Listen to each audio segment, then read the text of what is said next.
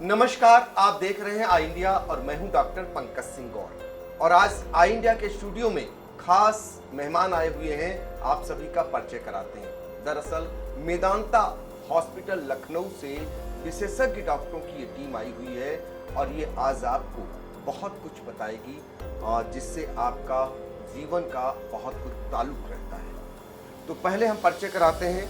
हमारे ठीक बगल में बैठे हुए डॉक्टर विवेकानंद जी हैं और विवेकानंद सिंह जी हैं इनका नाम, और ये मुख गला कैंसर व थायराइड विशेषज्ञ के साथ निदेशक भी हैं। और आपको बता दें उसके बगल में ठीक डॉक्टर अनुराग खरे जी हैं। आप जो है बेस्ट सर्जन हैं मेदांता हॉस्पिटल।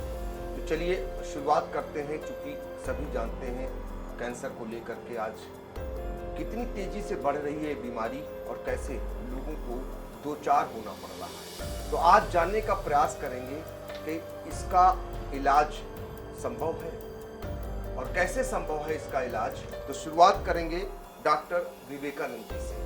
आपसे मेरा पहला सवाल सर है, जो कैंसर फैल रहा है इसको लेकर आपका क्या मानना है, कैसे इस पर नियंत्रण पाया जा सकता है, और खासकर मुख गला और थायराइड जैसी बीमारियां जो फैल रही हैं उसके बारे में लोग जागरूक होना चाहते हैं, लोगों को पता होना चाहिए, वही क्या इलाज है। कैंसर में कैंसर की बीमारी इस समय बहुत कॉमन हो गई है। स्पेशली मुख और गले का कैंसर की इम्पोर्टेंस इस बात के लिए है कि पान मसाला तंबाकू हमारे देश में सबसे ज़्यादा खाया जाता है और ज़्यादा कॉमनली ये उत्तर प्रदेश में है, जिसमें न केवल मेल फीमेल्स और बच्चे भी इसमें बहुत ज़्यादा इन्वॉल्व हैं। टोबैको का कंजम्पशन यहाँ सबसे ज़्यादा है और वो भी ओरल फॉर्म में। कैंसर के बारे में ये कहना है कि कैंसर की बीमारी जो है उसकी जो डेफिनेशन है कि किसी भी जगह एबनॉर्मल ग्रोथ, अनएक्सपेक्टेड ग्रोथ जो कि बॉडी में स्प्रेड करने लगती है और पूरे शरीर की जान ले लेती है। नॉर्मली रक्त बीज की एक कहानी थी कि जो एकदम मल्टीप्लाई करने पड़ता है, तो कैंसर जो है उसमें एबनॉर्मल ग्रोथ और एबनॉर्मल स्प्रेड होता है पूरी बॉडी में और पूरी बॉडी फाइनली फिर डेथ हो जाती है। This is the WHO definition of the cancer. Cancer के लिए आज की डेट में ये समझने की ज़रूरत है कि cancer is curable, but if detected and treated early.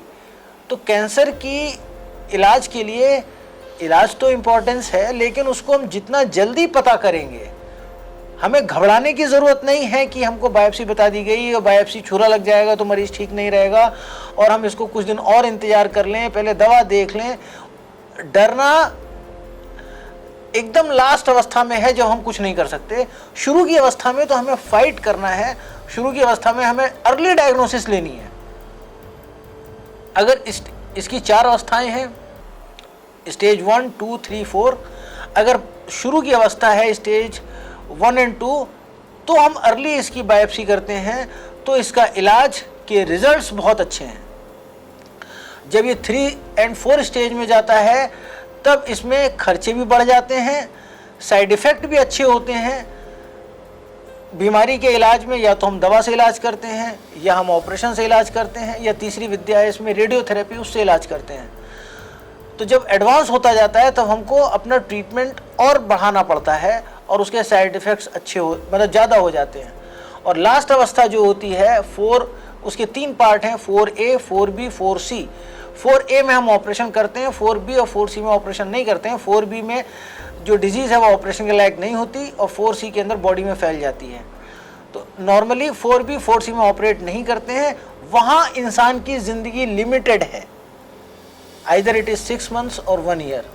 But अगर ये स्टेज 1, 2, 3, 4 में मिलती है तो जो 5 साल जिंदा रहने का सर्वाइवल है वो स्टेज 1 में आपको 90%, स्टेज 2 में 80%, स्टेज 3 में 70% एंड स्टेज 4 में 60% मिलता है। और केवल सर्वाइवल के साथ क्वालिटी ऑफ लाइफ की भी इम्पोर्टेंस है। मरीज इलाज के बाद में, एक अच्छे इलाज के बाद उसकी क्वालिटी ऑफ लाइफ बहुत बेहतर होती है। तो मेरा जो मेन स्टे है कि कैंसर को हमें शुरू की अवस्था में पकड़ना चाहिए, उसके अपने कुछ सिम्टम्स हैं कि एक घाव है जो ठीक नहीं हो रहा है।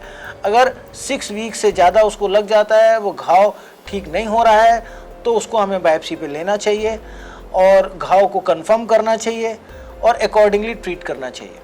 डॉक्टर साहब, चूँकि सीतापुर, लखीमपुर और आसपास के जो भी जनपद हैं, हरदोई है, और यहाँ के लोग उतना शिक्षित नहीं हैं। आपने एक बहुत महत्वपूर्ण जानकारी दी कि अगर पहले पता चल जाए तो इलाज संभव है। अब सवाल इस बात का है कि कैसे वो जांच कराए, प्रथम दृष्टया कैसे लक्षण का पता करें और कौन कौन सी वो जांच कराए। नॉर्मली मुंह के अंदर में कोई भी घाव हो गया, घाव माने कुछ फट गया, वहाँ से ब्लड आ रहा है, वहाँ पे खाल फट गई है और उसमें दर्द हो रहा है। अब वो जो घाव है वो दांत की चोट की वजह से लोग सोच रहे हैं या जो चूना कत्था खा रहे हैं उसकी वजह से हो रहा है। नॉर्मली ये घाव ठीक हो जाता है। घाव होना पान मसाला चूना कत्था वाले लोगों में, तंबाकू वाले लोगों में होता रहता है, लेकिन वो ठीक होता रहता है। लेकिन कभी कभी ये घाव ठीक नहीं हो रहा होता है और अगर ये 2-3 हफ्ता ले रहा है, नॉर्मली घाव हफ्ते भर में 5-6 दिन में ठीक हो जाता है। कोई भी आपका दांत से चोट लगी 5-6 दिन में सब ठीक हो जाता है। लेकिन अगर वो 2-3 हफ्ता ले रहा है तो हमें डरने नहीं चाहिए, सीधे कैंसर डॉक्टर के पास जाना चाहिए। अब मरीज मान लीजिए उस वक्त गया और किसी ऐसे डॉक्टर के पास जो कैंसर विशेषज्ञ नहीं है, वो दूसरी विधा में स्पेशलिस्ट है, फॉर एग्जांपल किसी दूसरे फिजिशियन में, चाहे वो डेंटल में है या फिर आयुर्वेद में है, या फिर उन्होंने डायग्नोसिस नहीं किया है, बिना डायग्नोसिस के आप ट्रीटमेंट कर रहे हैं, या किसी दूसरे डॉक्टर के पास ही जिसने अभी बायोप्सी नहीं की है और फिजिशियन आपको दवा दे रहे हैं, उस समय ये घाव को लंबा खींचना खतरनाक हो सकता है।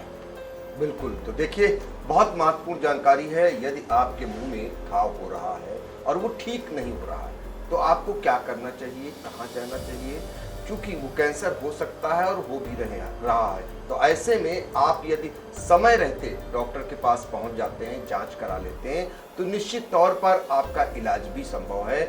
जैसा कि डॉक्टर विवेकानंद सिंह जी ने बताया कि कैसे किस स्टेज के कैंसर को कितना हम ठीक कर सकते हैं और कितना ठीक करते आए हैं। डॉक्टर साहब, घाव के साथ में कभी कभी गले में गिल्टियाँ आ जाती हैं।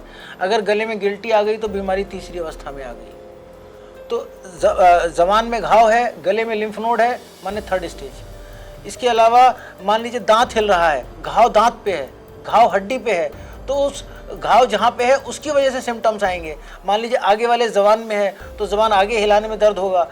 घाव अगर पीछे बेस ऑफ टंग में है तो जब आप पहली अवस्था में जबान को हिला लोगे और दूसरी अवस्था सॉल्विंग की चालू होगी, माने थूक गटक रहे होगे, तो दर्द होगा। तो गले में दर्द की अवस्था हो सकती है, खाना खाने में दिक्कत हो सकती है, बोलने में दिक्कत हो सकती है। वो घाव जहाँ पर होगा, मान लो तालू में दिक्कत है तो आपको बोलने में भी कभी कभी चेंजेस हो सकते हैं। टॉन्सिल में दिक्कत है तो कभी कभी कान में भी दर्द हो सकता है। तो कोई भी घाव, ब्लड आना, घाव ठीक नहीं होना, गले में गिल्टी होना और कोई भी समस्या अगर आपकी 2-3 हफ्ते से ज़्यादा प्रोलॉन्ग कर रही है तो हमें ये जांच करना होगा कि उसके अंदर में बायोप्सी की अगर इम्पोर्टेंस लगती है, कोई घाव बन रही है, तो हमें उसमें डिले नहीं करना चाहिए। बिल्कुल। मुख और गले के कैंसर को लेकर आपने सुना। अब हम आपको स्तन कैंसर के बारे में बताएंगे, डॉक्टर साहब के पास लेकर चलेंगे और डॉक्टर अनुराग खरे जी बताएंगे कि स्तन कैंसर को लेकर तमाम भ्रांतियां हैं, तमाम लोग तमाम बातें जानना चाहते हैं। आज उन बातों को आप दूर करेंगे, तमाम जो जिज्ञासाएं हैं और लोगों को जो भ्रम रहता है उस भ्रम को भी दूर करेंगे। तो डॉक्टर साहब, हम पहला सवाल मेरा ये है कि जो स्तन कैंसर के लक्षण क्या होते हैं? स्तन कैंसर में सबसे पहले तो यही होता है कि ब्रेस्ट में लंप होता है, स्तन में एक गांठ जैसा बनता है, जो कि सब लेडीज़ को यही बताना होता है कि मेरे ब्रेस्ट में लंप है और डॉक्टर के पास जाते हैं। और इसके अलावा कभी कभी स्तन की खाल जो है थोड़ी सी मोटी हो जाती है तो अंदर लंप का पता नहीं चलता है और ऊपर ऑरेंज पील अपीयरेंस टाइप की जैसे संतरे की खाल होती है उस तरह से बन जाता है, तो लेडीज़ को पता ही चलता है। उस अवस्था में भी उनको आना चाहिए डॉक्टर के पास। और या तो बगल में उनको गांठ हो जाती है, कभी कभी निप्पल जो है अंदर की ओर हो जाता है, या निप्पल से ब्लड का सिक्रीशन होता है, रक्त स्राव होता है। तो इन्हीं सब को देखते हुए डॉक्टर के पास उनको जाना चाहिए। यही सब लक्षण होते हैं जिससे जल्दी डॉक्टर के पास जाने से हमारा इलाज संभव है। अच्छा डॉक्टर साहब, इसी से जुड़ा हुआ सवाल है कि कैसे पता चले कि कैंसर है, उसको कैसे आभास हो? जी, सबसे पहली बात तो हम लोग सभी लेडीज़ को, नॉर्मल लेडीज़ को बताते हैं ब्रेस्ट सेल्फ एग्जामिनेशन, यानी कि अपना स्तन स्वतः एग्जामिन करना चाहिए। कम से कम महीने में एक बार या 20 दिन में एक बार ज़रूर करना चाहिए। उससे ये पता चलता है उनका नॉर्मल ब्रेस्ट कैसा है, और अगर उसमें कोई भी लंप होगा तो तुरंत उन्हें पता लग जाएगा। और जैसे ही कोई लंप पता चले, या उसमें कोई गांठ हो, बगल में हो या स्तन में हो, या स्तन में कोई भी चेंजेस आए, कोई भी बदलाव हो, तो तुरंत डॉक्टर से बात करें। बहुत सारे लोग ये भी जानना चाहते हैं कि हर एक कोई गांठ जो भी गांठ होती है, क्या वो सारी गांठें कैंसर होती हैं? हाँ, ये बड़ा ज़रूरी सवाल है, क्योंकि अगर किसी को लंप हुआ तो वो लेडीज़ घबरा जाती हैं, बोलती हैं कि मुझे तो लगता कैंसर हो गया, जबकि ऐसी बात नहीं है। सारे लंप कैंसर के नहीं होते। इसको हम लोग इन्वेस्टिगेट करते हैं कि किस तरह का लंप है, ये कैंसर का है या कैंसर का नहीं है। जैसे कि हम लोग अपनी भाषा में कहते हैं बिनाइन है या मैलिग्नेंट है। अगर बिनाइन है तो इसका मतलब कैंसर नहीं है, मैलिग्नेंट है तो इसका मतलब कैंसर है। इसकी जांच हम लोग करते हैं, अल्ट्रासाउंड करते हैं, मैमोग्राम करते हैं। मैमोग्राम ब्रेस्ट का एक्सरे होता है, और अल्ट्रासाउंड करते हैं, जैसे पेट का अल्ट्रासाउंड होता है उसी तरह से ब्रेस्ट का भी अल्ट्रासाउंड होता है। तो ये दोनों ही कराने होते हैं। अगर 40 की अवस्था में है पेशेंट तो मैमोग्राम भी ज़रूरी है और अल्ट्रासाउंड भी ज़रूरी है। उससे पता चलता है किस तरह का लंप है, लेकिन कन्फर्मेटरी नहीं होता है। कन्फर्म तभी होगा जब उसकी fine needle aspiration cytology FNAC करेंगे, या फिर उसकी बायोप्सी करेंगे। और बायोप्सी से ज़्यादातर लेडीज़ कहती हैं बायोप्सी हो गई, जैसा कि हमारे दोस्त ने भी बताया अभी कि बायोप्सी से लोग घबराते हैं कि बायोप्सी अगर हो गई तो फैल जाएगा। ऐसा कुछ नहीं है। पूरी दुनिया में कहीं भी जाएंगे, बिना बायोप्सी के कंफर्मेशन नहीं होगा। बायोप्सी से कंफर्म करके ही इलाज आगे होगा, और बायोप्सी के बाद कंफर्म हो जाता है कि इसमें कैंसर है या कैंसर नहीं है। तो उसी हिसाब से हम लोग जो हैं फिर डिसाइड करते हैं कि पहले ऑपरेशन करना है या पहले कीमोथेरेपी देनी है। बहुत सारे सवाल कीमोथेरेपी पर भी होते हैं कि पेशेंट घबरा जाता है कि कीमोथेरेपी कराएंगे तो मेरे बाल चले जाएंगे, लेकिन ऐसा है नहीं। बाल जितने भी जाते हैं, कीमोथेरेपी बंद होने के बाद सारे बाल वापस आ जाते हैं। तो कीमोथेरेपी से घबराना नहीं चाहिए। और इलाज, ऑपरेशन और कीमोथेरेपी, रेडियोथेरेपी, ये सब इसी के पार्ट हैं इलाज के। एक सवाल और है, ये लोगों को ज़्यादा इसको लेकर के तमाम भ्रांतियाँ भी हैं। क्या ऑपरेशन में पूरा स्तन निकाल दिया जाता है? हाँ, ये बड़ा ज़रूरी सवाल है पूछना। पहले तो निकाला ही जाता था, पहले ज़माने में पूरा स्तन निकाल दिया जाता था, लेकिन अब ऐसा नहीं है। अब या तो मॉडिफाइड रेडिकल मास्टेक्टमी जिसमें पूरा स्तन निकाला जाता है, या फिर ब्रेस्ट कंजर्विंग सर्जरी जिसमें सिर्फ गांठ निकालते हैं और बगल की एक्सिलरी लिम्फ नोड डिसेक्शन जिसे कहते हैं, बगल की गांठें निकालते हैं, पूरा स्तन नहीं निकालते। लेकिन ये डिपेंड करता है कि मैमोग्राम कैसा है। मैमोग्राम देख के ही, यानी कि एक्सरे देख के ही डिसाइड करते हैं पूरा निकालना चाहिए या नहीं निकालना चाहिए। ज़्यादातर लेडीज़ में ब्रेस्ट बचाया जा सकता है, पूरा ब्रेस्ट निकालने की ज़रूरत नहीं है। लेकिन अगर किसी वजह से पूरा ब्रेस्ट निकाला भी गया तो रिकंस्ट्रक्शन भी होता है, ब्रेस्ट बनाया भी जा सकता है, जैसे था वैसे ही बनाया जा सकता है उसे। देखिए, तमाम ऐसी बातें जिनको लेकर हर कोई जानना चाह रहा है, जिस तरीके की बीमारियां फैल रही हैं, और बीमारियों का बचाव, आपका जागरूक होना बहुत ज़रूरी है। तो मेदांता हॉस्पिटल लखनऊ के नामचीन डॉक्टर्स जो हमें बता रहे हैं कि कैसे हम इसका बचाव कर सकते हैं, बीमारियों का लक्षण के बारे में भी बता रहे हैं, और कैसे ऑपरेशन के जरिए इनको बचाया जा सकता है खुद को। और अब आपको ये भी खुशखबरी दे दें कि मेदांता हॉस्पिटल के डॉक्टर आपके अपने शहर सीतापुर में भी सेवाएं दे रहे हैं, और यहाँ पर सहगल डायग्नोस्टिक सेंटर है, वहाँ पर आपके दिन निर्धारित हैं, वहाँ पर तमाम रोगों के विशेषज्ञ डॉक्टर आते हैं और वहाँ पर आपको इलाज के लिए उपलब्ध होते हैं। तो जो दौड़ भाग होती है आपकी लखनऊ जाने आने की, उससे भी निजात मिलती है। अब हम फिर आपको एक बार ले चलेंगे डॉक्टर विवेकानंद सिंह जी के पास। आपसे जानना चाहेंगे, जैसे कि डॉक्टर साहब ने बताया कि बायोप्सी से पता चलता है, और इसके अलावा बायोप्सी के अलावा भी कैंसर जानने के लिए पैट सिटी वगैरह भी कराई जाती है। नॉर्मली बायोप्सी हम लोग करके कंफर्म करते हैं, और फिर नॉर्मली CT स्कैन या MRI के थ्रू हम देखते हैं कि बीमारी का फैलाव कितना है। मान लीजिए कि ज़बान कितना इन्वॉल्व है, हड्डी पे कितनी बीमारी है, नीचे वाली हड्डी में, ऊपर वाली हड्डी में, मुंह के अलग अलग हिस्से में बीमारी का पार्ट कितना है। और फिर हम उसी CT स्कैन या MRI पे ही ऑपरेशन डिज़ाइन कर लेते हैं कि इसको कम से कम 1 सेंटीमीटर दूर से हम निकाल दें, ऊपर नीचे आगे पीछे अंदर बाहर चारों तरफ से 3 डायमेंशनली हम उसको 1 सेंटीमीटर दूर से हम निकाल देते हैं, गले की गिल्टियाँ निकाल देते हैं। और निकालने के बाद में जैसे हमारे ज़बान का पार्ट निकल गया, हड्डी का पार्ट निकल गया, तालू का पार्ट निकाल दिया। तो आज की डेट में हम लोगों के जो एडवांसेस हैं वो प्लास्टिक सर्जरी वाले हैं। हम लोग क्या करते हैं आज की डेट में, हम लोग खून की नली जोड़ना सीख गए हैं। खून की नली का मतलब ये है कि वेसल्स जोड़ना हम सीख गए हैं। इसी वजह से आज की डेट में ट्रांसप्लांट बहुत ज़्यादा कॉमन हो गया है। मतलब ये है कि जैसे हमने किडनी उठाया कहीं से और आर्टरी वेन हमने यहाँ लगा दी तो वो किडनी हमारे अंदर आ गई। उसी तरह से हम लोग क्या कर रहे हैं मुंह के पार्ट में कि हमने ऊपर की हड्डी नीचे की हड्डी काट ली कैंसर की वजह से, जितना मैक्सिमम दूर से निकालनी थी, और पैर की हड्डी जो चलने वाली नहीं थी वो निकाली और हमने वो चीज़ वहाँ लगा के फिट कर दी और वो खून की नलियाँ वहाँ जोड़ दी। तो इसमें क्या है कि हम शरीर के एक हिस्से को निकाल के दूसरे हिस्से में डाल दे रहे हैं, हमें दूसरे से नहीं लेना है। तो ये ट्रांसप्लांट जरूर है लेकिन उसी के शरीर से उठा के उसी के शरीर में है।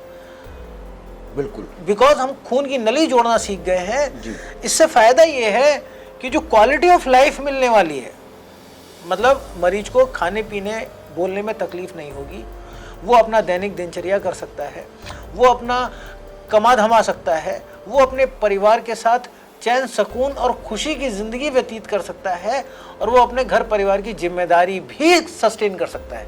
माने कि एक उसको हम नॉर्मल आदमी की तरह सोसाइटी में इस्टेब्लिश कर लेते हैं। अगर हमारी सर्जरी की क्वालिटी ऑफ लाइफ सर्जरी होती है तो मतलब कि हमने कैंसर सर्जरी कर ली, दूर से निकाला, और प्लास्टिक सर्जरी जो इसमें जोड़ दी वो इसको क्वालिटी ऑफ लाइफ पे हमें ऐड कर देती है।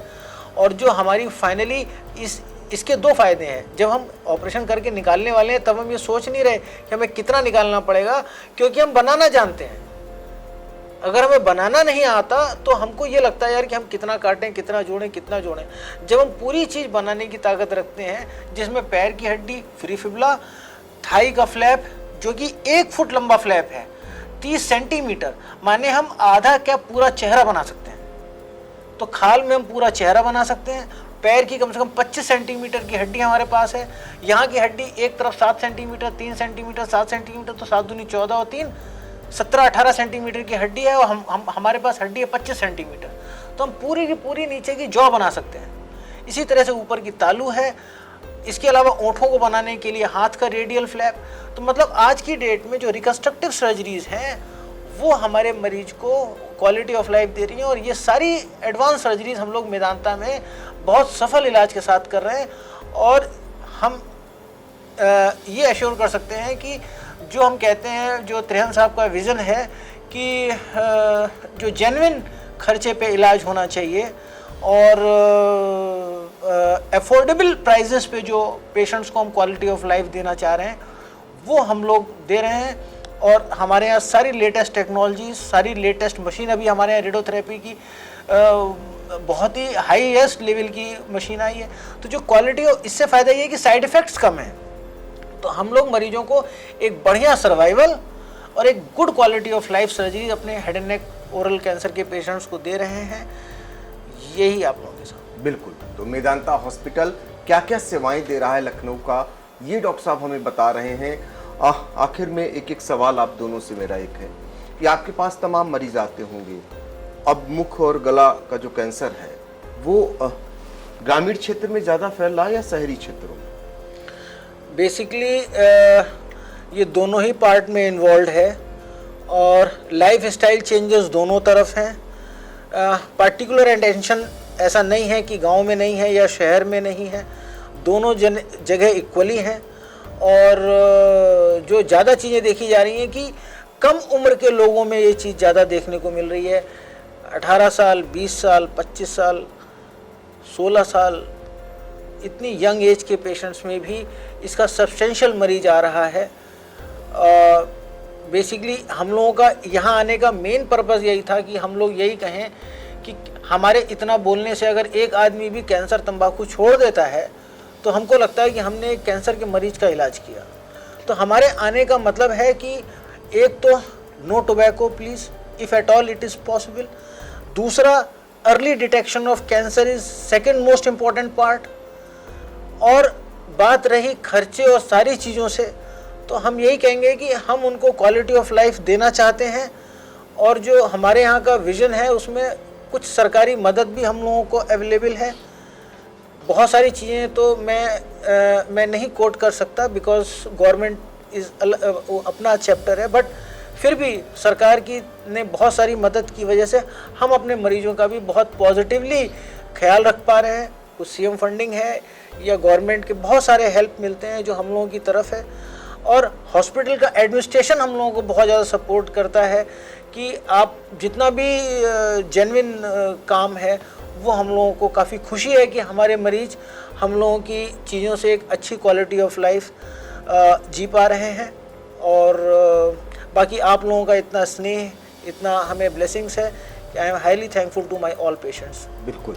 तो देखिए मेदांता हॉस्पिटल क्या कुछ सेवाएं दे रहा है, और डॉक्टर साहब चिंता भी जता रहे हैं कि जो लोग नशा कर रहे हैं, तंबाकू खा रहे हैं, तो उनको छोड़ देना चाहिए तंबाकू। और सबसे बड़ी चिंता की बात यह है कि 18 साल के बच्चे भी इसका जो है कहीं ना कहीं इसकी चपेट में आ रहे हैं, कैंसर जैसी बीमारी के। लेकिन फिर वही बात कि यदि समय रहते पता चल जा रहा है तो उसका इलाज भी हो जा रहा है। आपसे भी सर मेरा सवाल स्तन को लेकर, स्तन कैंसर को लेकर कि ग्रामीण क्षेत्र में ज़्यादा है या शहरी क्षेत्र में? क्योंकि यूजुअली ये तो वेस्टर्न लाइफस्टाइल हम लोग अडेप्ट करते हैं, तो शहरी क्षेत्रों में ज़्यादा मिलता है, और अब वेस्टर्नाइजेशन इतना हो रहा है कि ग्रामीण क्षेत्रों से भी पेशेंट आ रहे हैं।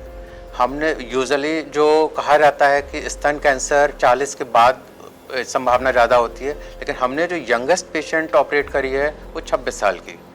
तो यंग पेशेंट भी अब मिल रहे हैं स्तन कैंसर में, जो कि पहले नहीं मिलते थे। तो अंत में हम यही कहेंगे, early detection is very important. स्तन कैंसर में भी अगर अर्ली डिटेक्शन होगा, मतलब अगर शुरुआती पहली अवस्था में ही हम पकड़ लेंगे, तो रिकंस्ट्रक्शन की हमारे में तो नौबत ही नहीं आएगी। अभी जो हमने पिछले 2 महीने पहले एक पेशेंट ऑपरेट करी थी, 5 mm का ट्यूमर, 5 mm मतलब ½ सेंटीमीटर, तो उसके में तो कीमो की भी ज़रूरत नहीं हुई। हमने ऑपरेट कर दिया और उसकी रेडियोथेरेपी हुई, उसको ब्रेस्ट भी नहीं निकालना पड़ा, और पेशेंट इज़ हैप्पी। तो देखिए जी बिल्कुल मैं समझ गया आपकी बात को। सबसे बड़ी बात यही है, कुल मिलाकर आप लोगों का सुझाव भी उन लोगों के लिए है कि यदि आप समय रहते उसकी जांच करा लेते हैं और पता चल जाता है तो बहुत जल्दी ही आपकी जो अंदर जो बीमारी पल रही है उसका समुचित इलाज और समय रहते इलाज हो जाएगा। पैसे भी बचेंगे, आपकी परेशानी भी बचेगी। ये सुझाव मेदांता हॉस्पिटल के स्पेशलिस्ट इन डॉक्टरों का है, क्योंकि आप बहुत सारे केसेस को देखते हैं, अध्ययन करते हैं और उनसे आपका सामना होता है। तो आज आम जनों के लिए सुझाव देने ही आए हैं कि यदि आपके अंदर ऐसे कोई लक्षण हैं, लग रहा है, तो आप लोग समय रहते जांच भी कराएं, और चूंकि जब जांच कराएंगे तो जल्दी पता चलेगा तो जल्दी इलाज भी हो जाएगा, और वही बचाव आपके लिए है। कुल लब्बुल-लबाब यही है। तो बहुत बहुत धन्यवाद सर, आपने सुना मेदांता हॉस्पिटल लखनऊ के विशेषज्ञ डॉक्टरों को, डॉक्टर विवेकानंद सिंह जी और डॉक्टर अनुराग खरे जी, आपका बहुत बहुत धन्यवाद। पंकज जी बहुत बहुत धन्यवाद, बहुत बहुत धन्यवाद सीतापुर लोगों के।